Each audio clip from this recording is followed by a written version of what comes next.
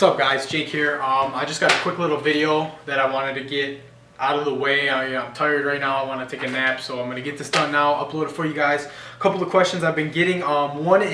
First question is how to calculate for lean body mass without gaining fat. How to gain lean mass with regards to how many calories you need. So what you're going to want to do is you're going to want to take your weight. If you don't know your weight, go step on the scale, get an exact measurement of your weight in pounds. Multiply that number by 11. That number that you get is how many calories you need in order to maintain that weight without any activity.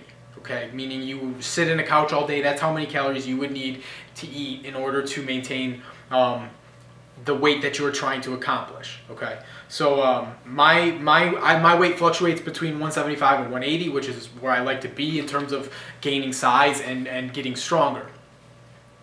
So I take 175 by 11, and that's going to give me 1975 for my caloric intake.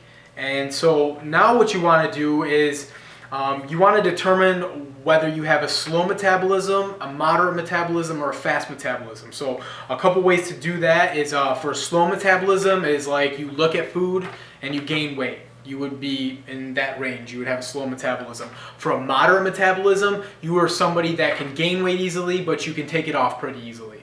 For a fast metabolism, you are that guy that can't gain any weight. Okay, so you're going to want to take that number that we figured out before, your weight times 11, and if you have a slow metabolism, you're going to want to multiply that number by 30%. If you have a moderate metabolism, you're going to want to multiply that number by 40%. And if you have a fast metabolism, multiply that number by 50%. Okay, so for each age range, each 10 years, 20 to 30, 30 to 40, as you go up, you want to add 5%. Okay, so if the 20 to 30 age range would be what the example that I just gave you, 30 to 40, you're going to want to multiply by 35%, 45%, or 55%. Based off of what you feel you have in terms of your metabolic rate, the way in which your body builds up and breaks down. Okay, so for each year, add 5%. And this is all science here, and it's the same thing. You know, I get this all the time in the gym. People are like, oh wait, you know, I'm having problems losing weight, blah blah blah blah. What are you eating? How many cheeseburgers a week are you eating? How often are you eating out? Because there's a lot of fats that you will get in food when you eat out that you can't track. So you're probably eating a really high fat diet, okay? And that's not good. That is not a good thing. There's no literature that says that eating a high fat diet is healthy for you. I've never found anything that proves that, and I've never seen great results from a higher fat diet. So that being said, over time you're trying to actually increase your calories and maintain the weight that you're at. That's the ultimate goal. You don't want to start to cut these out because you're slowing your metabolism down, and then your body's going to start to sacrifice all of the hard work that you've put in the gym. So if you have any questions, just message me about that, and I'll get you that on paper on how to calculate those, or just use MyFitnessPal. That'll help you a lot. The second question is clean versus processed foods. Again, at the end of the day, it comes down to calories. So there's 4 calories per gram of carbs, 4 calories per gram of protein, and 9 calories per gram of fat.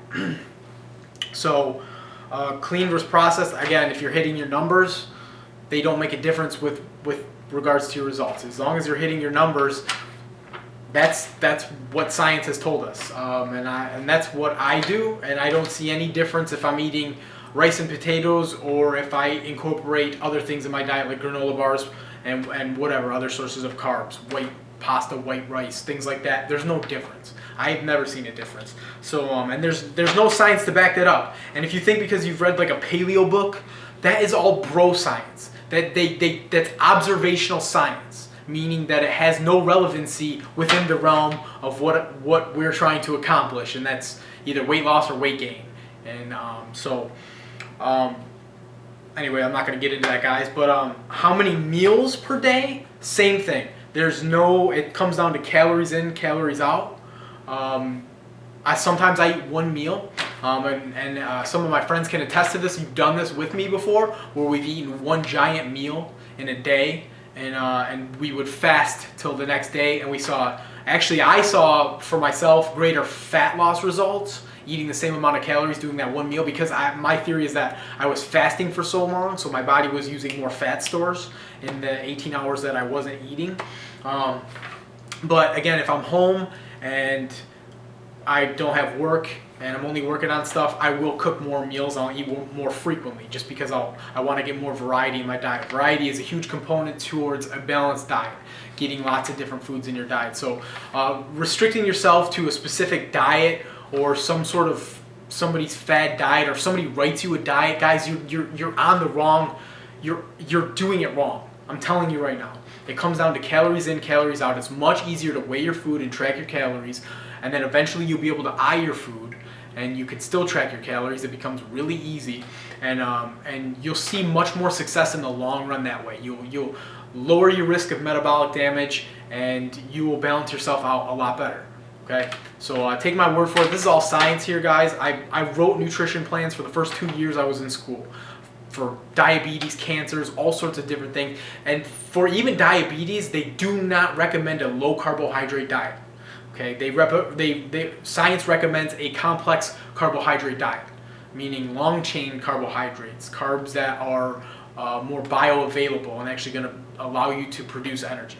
So I'm not going to get any more into that today, but those are how you calculate in order to gain lean mass. Again, make sure that you're getting into the gym. It wouldn't make sense to calculate caloric intake to gain lean mass and then not go and do anything in the gym. Just wouldn't make sense. So make sure you guys are staying active. It's what you're built for. And so yeah, if you guys have any questions, just comment me, and I'd love to hear your feedback. Until next time, stay fit.